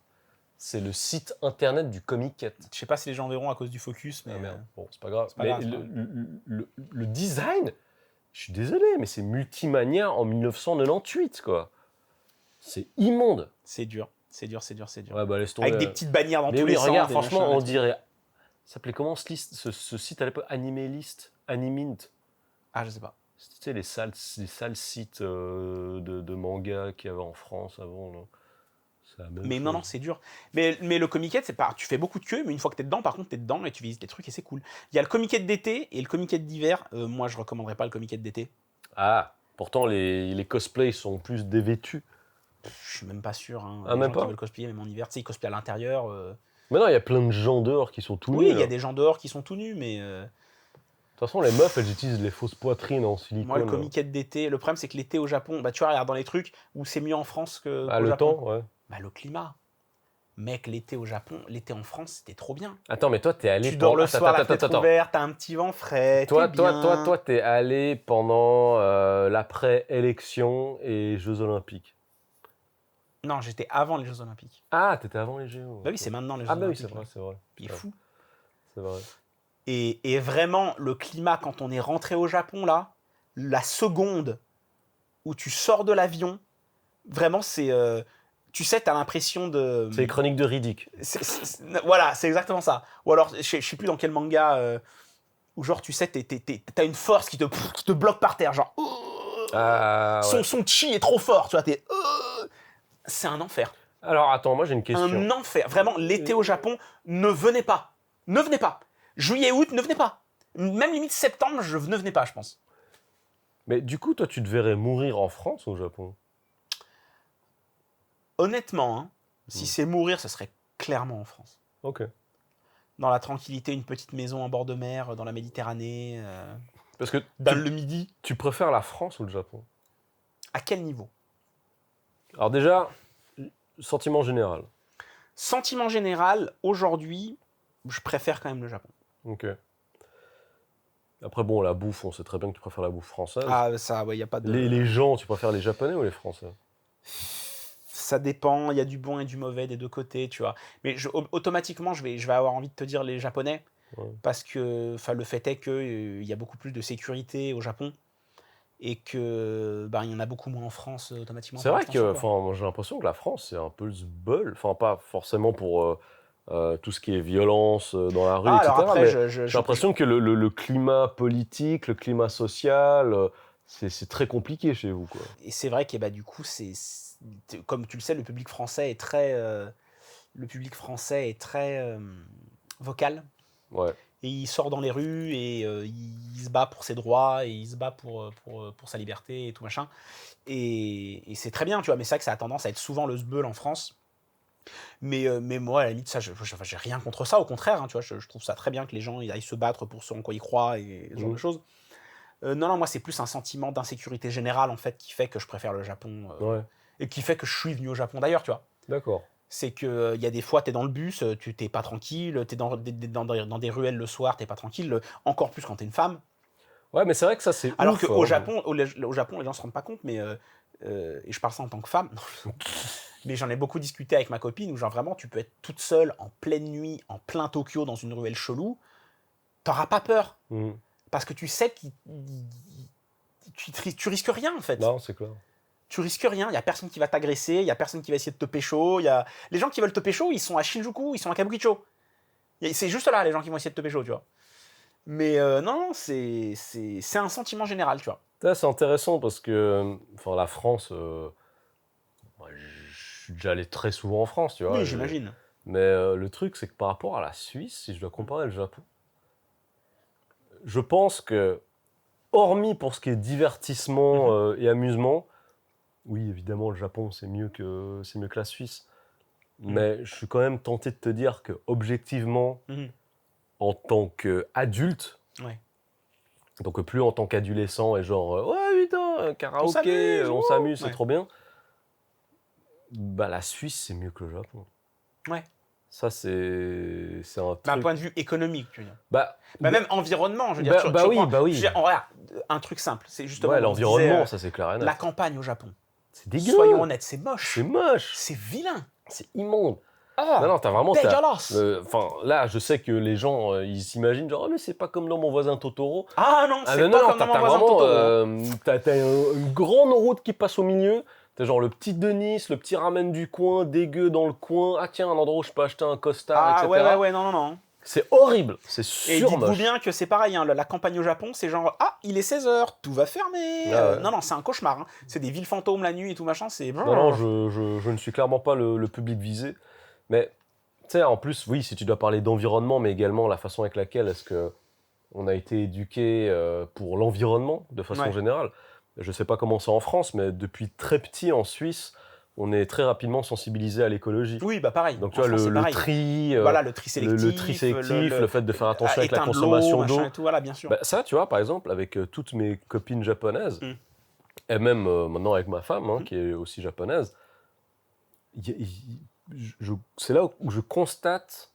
Alors, je sais pas si pourtant, le Japon, ils sont aussi très, justement, tri sélectif, tout ça. Enfin, limite, je me demande s'ils ne le sont pas plus que nous, tu vois. Genre Tri sélectif. Ah bah le jour des poubelles, moi je sais que quand on était en share house, il y avait un schedule, enfin il y avait non, mais alors, il y avait un... ça, c'est pas comment on dit déjà ? Oui, justement, il y a le où jour. Il disait le jour des c'est telles trucs qui ordures, brûlent. le jour c'est telles ordures, Non, mais le jour c'est telles ordures. On avait genre 4 poubelles différentes dans le salon. C'est pas comparable avec la Suisse. Ah ouais ? La Suisse, on a un niveau au-dessus.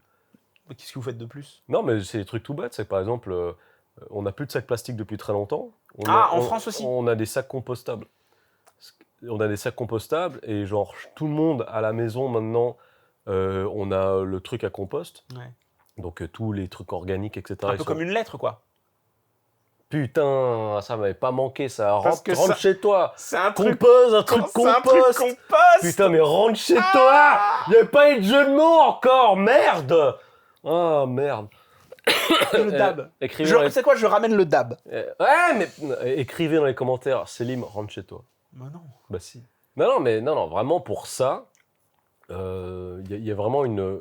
Alors ça, c'est la différence. Ouais. La qualité de la vie en Suisse est bien meilleure qu'au Japon. Bah, en même temps, les salaires sont beaucoup plus élevés aussi. Non, mais c'est pas seulement une question de salaire. Non, mais ça joue aussi. C'est une question... Ça va forcément avec. Bon, après, oui. Si t'as de l'argent, t'as de la qualité de vie. Si t'as pas d'argent, t'en as pas. C'est simple que ça. Alors, la situation... Ça n'a rien à voir, il me dit. Situation, mais également, tu vois, même d'un point de vue politique, ouais. Tu vois, il y a vraiment une culture du compromis. C'est un pays qui est très international, la Suisse. Bien sûr. Bah, tu vois, déjà, on a 3 régions linguistiques différentes. Donc, moi, je suis de la partie francophone, mais il y a la partie allemande, il y a la partie italienne. Ouais. Et en fait, le Japon, c'est... Tu sais, c'est assez drôle parce que j'avais des élèves à moi qui étaient donc des femmes à la retraite. Ouais. Et en fait, j'étais leur prof pendant 3 ans et demi, quelque chose comme ça. Donc j'étais prof d'anglais.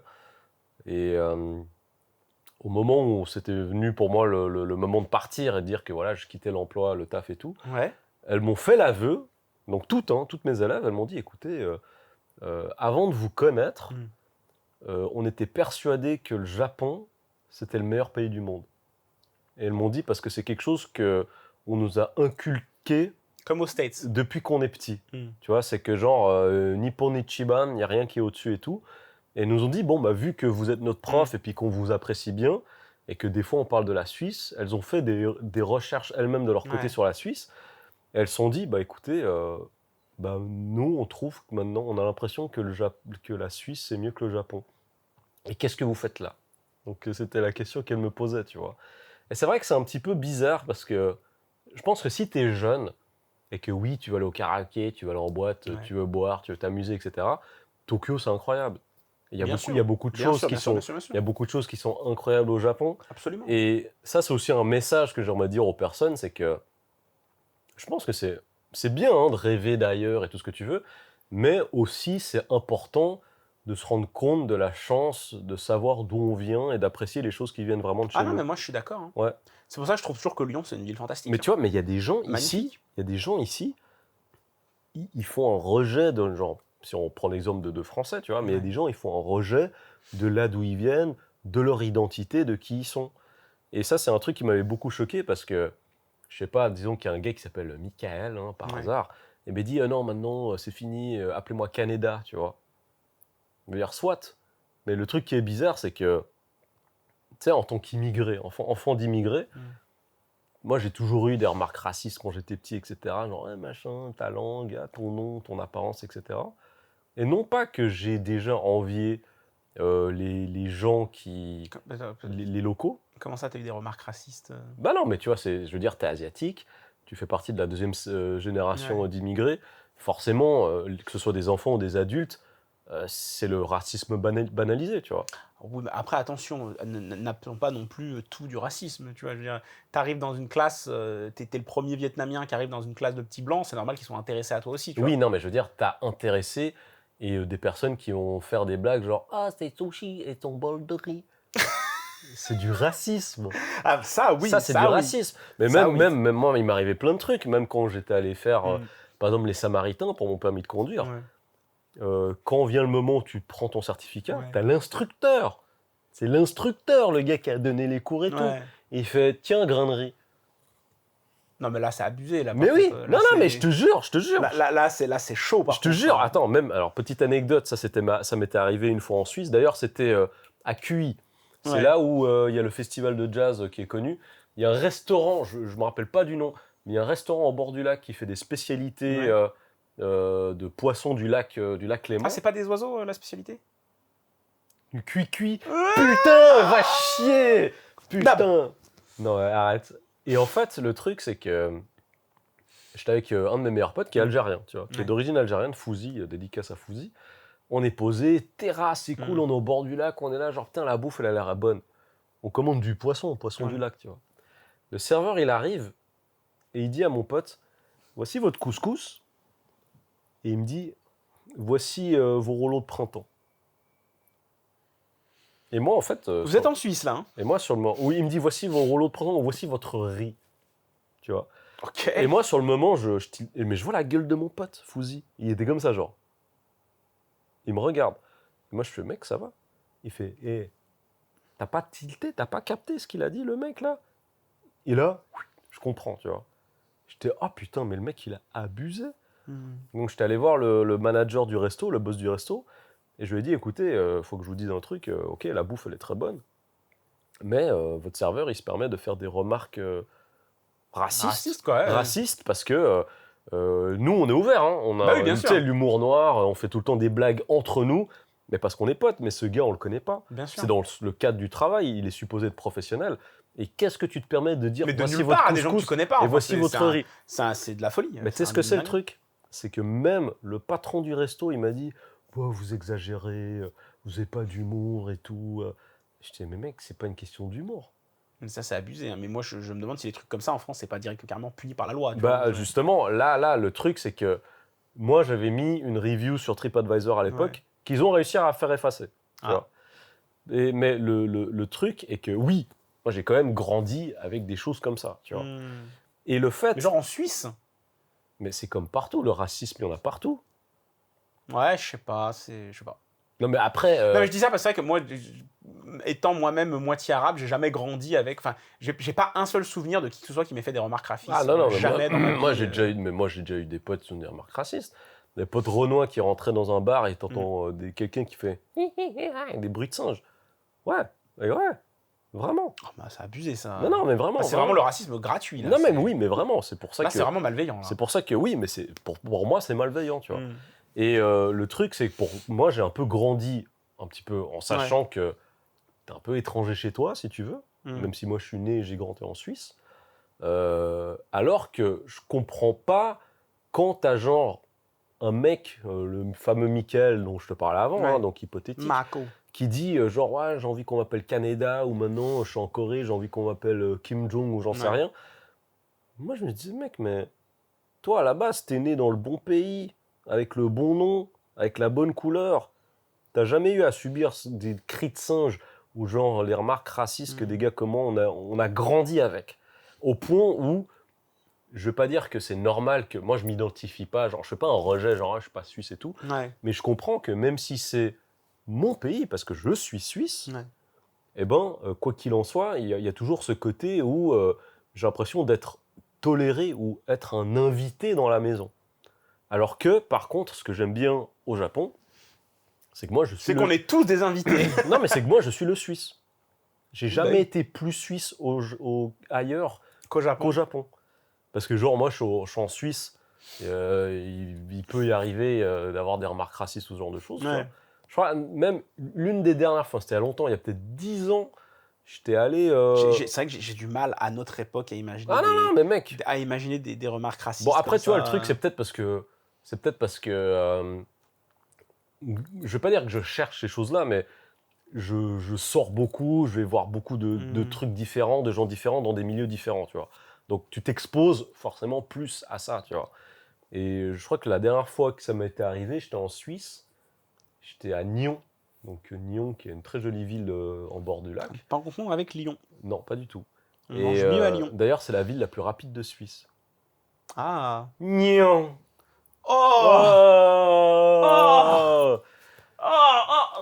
D'ailleurs, il y a le Paléo Festival, un festival qui est très connu, qui est là-bas. Bref, une fois, j'étais là-bas, je parque ma voiture et tout. Et je commence à marcher. Et il y a un mec de l'autre côté de la rue qui me fait « Hey, Shintok !» Genre, moi, je marche. J'étais quoi? Il fait « Ouais, Shintok, machin chose. » Et moi, il t'a dit « Merci pour le Covid !» Non, mais non, c'était super longtemps. Super longtemps. Et du coup, moi, je le regarde, mais je lui fais juste Hey, va te faire enculer, tu vois. Normal. Et je me barre, et puis après, le gars, il fait Quoi, tu veux te battre et tout. Puis en fait, il était avec un autre type qui fait Mais tu fais quoi? Calme-toi et tout. Il était beurré, le gars.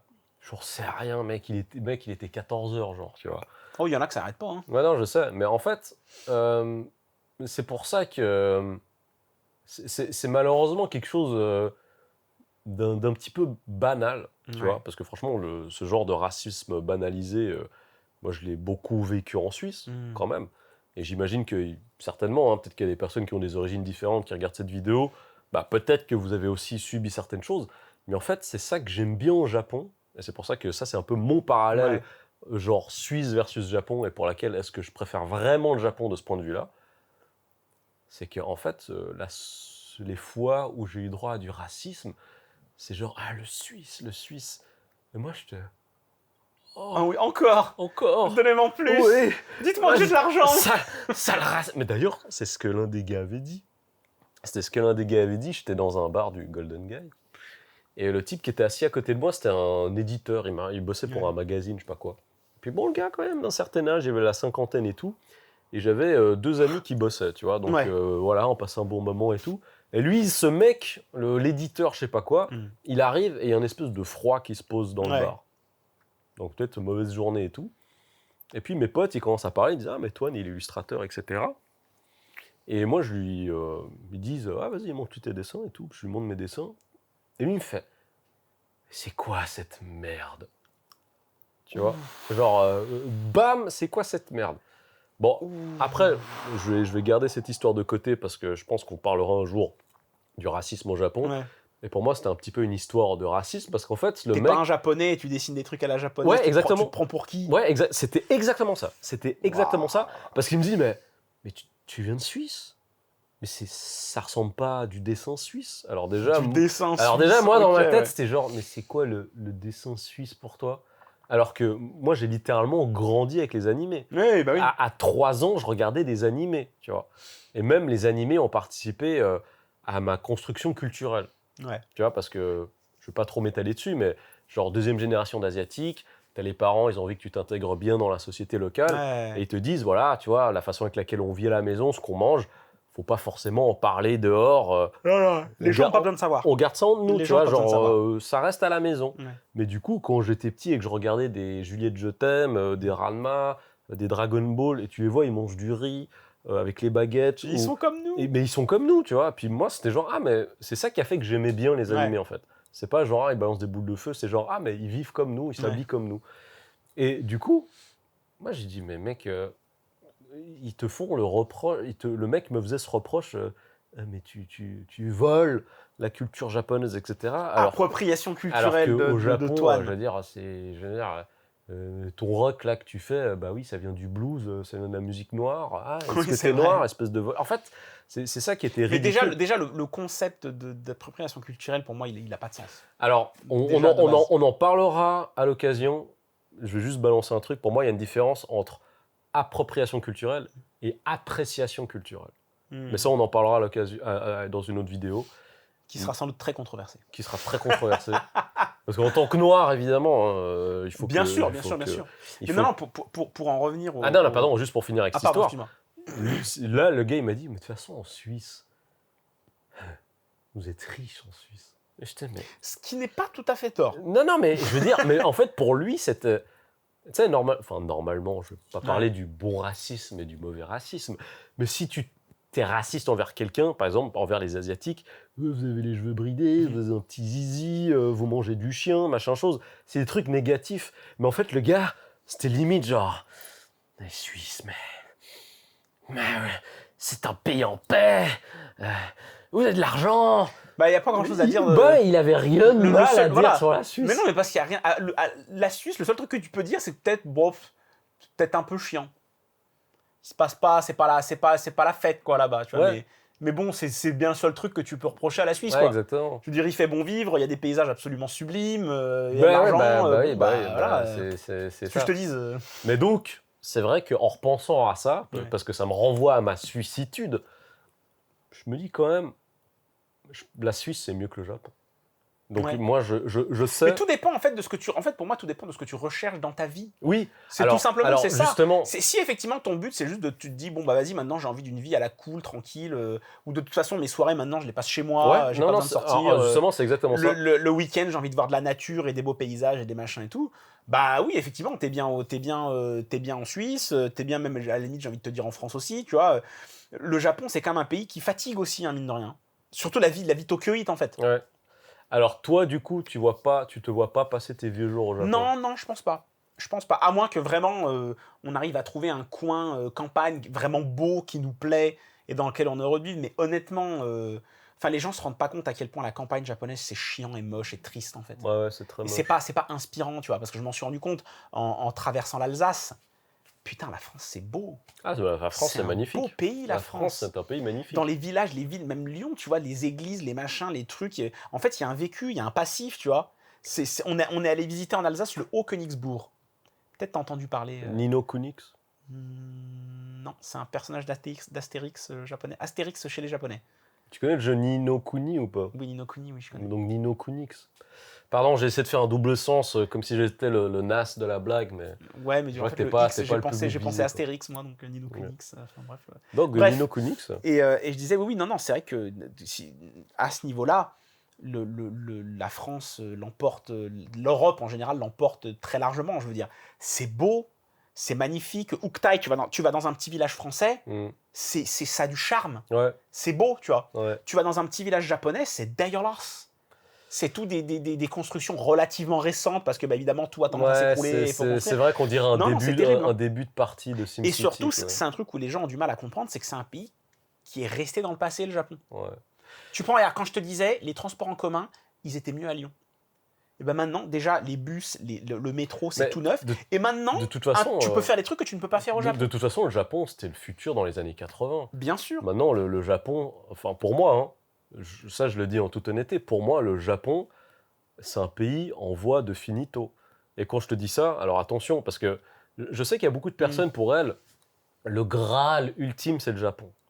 Pour elles, c'est genre... Ça dépend ce que tu cherches. Moi, c'est vrai que j'aime beaucoup la vie tokyoïte. Oui, ça dépend ce que tu cherches. Parce qu'il y a du bruit, parce qu'il y a des lumières. Ça dépend ce que tu cherches, mais je pense que la chance que j'ai eue, c'est que déjà de venir d'avoir un background international, d'avoir de la famille dans différents pays, en plus à cause de la guerre qui a été éparpillée aux États-Unis, dans différents endroits en général, ça m'a permis de voyager. En plus, avec mon travail, ça m'a également permis de voyager, de passer du temps dans différents pays, sur différents continents. Et en fait, c'est évidemment, si pour toi, t'as jamais mangé autre chose que de la purée de pommes de terre avec le petit cratère et la sauce, tu vas dire, mais c'est le meilleur plat du monde. Parce que t'as pas goûté une petite andouillette, t'as pas goûté un jambon à l'os, t'as pas goûté... Un saucisson brioché. Aussi un truc plus sain que des trucs avec du halouf, tu vois. Je parle que des trucs avec du porc. Une moussaka. Voilà, une moussaka, mais il y a quand même, c'est de la viande hachée, il y a quand même du porc. Bon, bah alors un couscous végétarien. Voilà, un couscous vegan.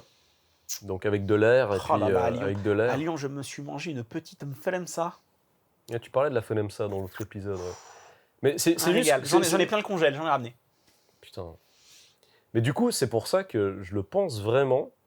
C'est que je pense que le recul que tu as aussi par rapport au Japon et que j'ai par rapport au Japon, c'est parce que on connaît quand même ailleurs, tu vois. Bien sûr. On connaît ailleurs. Alors qu'il y a certaines personnes, elles sont ici, elles vont être prêtes à tout, alors que tu te rends pas compte que tu te fais baiser pour les taxes, que tu te fais baiser pour plein de trucs d'adultes, on va dire. Bien sûr. Après, c'est comme tout, parce que c'est vrai que moi, j'ai beaucoup relativisé pour toutes les fois où je suis rentré au Japon, tu vois. À chaque fois, ne serait-ce qu'à Lyon, en tout cas, tu vois, il y a une idée de la fête qui est différente du Japon. Dans le sens où le soir, on est rentré, plusieurs soirées, on les a passées chez des potes à qui je fais des coucous d'ailleurs. Je fais un petit coucou au Noni et au Lumpy, comme je les appelle. Et où on a fait des petites soirées ensemble chez eux. Et c'est cool, tu vois. Ça cuisine, on se boit des petits verres, on fait des petits jeux de société, machin et tout, on discute, on tape des barres. Enfin, hop, c'est juste, t'es bien, tu vois. En France, il fait quand même bon vivre aussi. Il fait bon vivre. Après, je pense qu'il fait bon vivre dans tous les pays d'Europe de toute manière, tu vois. Mais de toute façon, j'ai envie de dire, la maison, c'est là où les amis sont. Home is where you belong. Pardon, c'est une chanson de Bobby Valentino. Ouais, mais il avait raison, tu vois. Donc c'est vrai que moi, tu vois, typiquement, rentrer en France, je pense que ça me dérangerait pas. C'est juste que d'un point de vue confort de vie et pareil d'un point de vue, je sais qu'au Japon, je serais mieux payé que je ne pourrais jamais espérer l'être en France. Ah bon? Ah oui, mais 100%. Ah bon? Okay. Mais 1 milliard de %, gars. Moi, en France, quand j'étais à la CARSAT, c'est tout juste si j'avais à peine plus que le SMIC. Ouais, puis c'était la mort de l'âme, puis les gens là-bas, ils sont nuls. Non, pas, au contraire. Ah non, au contraire. Mais non, mais je te charrie. Non, mais parce que je m'étais fait clasher là-dessus la dernière fois, et bien vraiment, sûr. je veux pas que ce que j'ai dit la dernière fois ait été interprété. Non, bien sûr, parce que Selim... Mon meilleur souvenir de la CARSAT, c'est les gens avec qui j'ai travaillé là-bas. Selim, ça c'est vrai, c'est un truc qu'il m'a dit, c'est que... pas du tout pour objectif de blesser qui que ce soit. Ah non. Il m'a toujours dit beaucoup de bien par rapport à la profession. Je veux même te dire, c'est même pour ça que c'était aussi dur de quitter la CARSAT. C'est parce que je me sentais bien là-bas, tu vois. Tous les jours, je rigolais avec des gens. Enfin, vraiment, c'était très très bien. Mais tu sais, le Japon, j'ai l'impression d'être prisonnier du Japon. Pourquoi ? Parce que en fait, du temps où j'avais mon premier prime dans le dessin, et que j'avais vraiment un salaire suisse et que je voyageais, bah, déjà, tu as le confort de la profession parce que tu es digital nomade et tout ce que tu veux, mais aussi parce que tu as les moyens financiers qui te permettent que. Du coup, pour moi, le fait d'être à Genève, c'était un peu c'était mon terminal. C'est-à-dire que je pouvais tout le temps partir, que je pouvais tout le temps profiter dans un autre pays, où la vie était évidemment moins chère, et où toi, tu pouvais bien profiter. Alors que le Japon, je sens qu'il y a vraiment un plafond de verre, et que... je peux comprendre qu'il y a ce côté commode, tu vois, ce côté confortable. Et une fois, je me rappelle, tu avais utilisé cette métaphore de la... Il n'y a pas ce côté buffet, il n'y a que le côté commode. J'en suis pas fier celle-là. Non, j'en suis pas fier. C'était pas génial. C'est pas la meilleure. Hein. C'est pas la meilleure. C'était pas génial. Mais et en fait, j'ai l'impression que... Alors attention, j'ai pas envie de faire passer mon impression sur celle des autres et puis de faire un espèce de portage, si je puis dire. Mais j'ai vraiment l'impression d'être prisonnier du Japon. Dans le sens où je vois le plafond de verre qu'il y a ici, au niveau des limitations de la mentalité, aussi de l'économie, de la situation financière en général. Et quand je te parle de situation financière, c'est pas la mienne. En fait, c'est un pays qui est malade, vraiment. C'est un pays dans lequel il y a des soucis. C'est un pays qui est malade, mais qui a beaucoup de talent pour cacher tout ça sous le tapis, tu vois. Et en fait, ayant la chance de venir quand même d'un pays qui va vachement mieux, tu vois. Oui, il y a peu de pays qui vont aussi bien que la Suisse. Oui, c'est vrai. Sûr. Donc c'est pour ça que c'est sûr que toi, Uktai, ce sera toujours un downgrade. Bah non, tu vois, genre la Norvège. C'est des pays aussi qui ont un peu ce statut, ça va bien. Le Danemark, etc. Tu vois, donc on n'est pas tout seul en Suisse, tu vois, non. Dans ce cas-là. Mais en effet, il y a un tout petit club de privilégiés où moi, je me rends compte que, tu sais quoi, je sais que pour l'avenir de mes enfants, même mon avenir financier également, évidemment, c'est peut-être mieux de ne pas rester là. Là, pour le moment, moi, je profite, je suis là, je suis content. Non, bien sûr. Tu vois, mais je pense que... Il y a peut-être un moment où tu sens qu'il faudra aller voir ailleurs.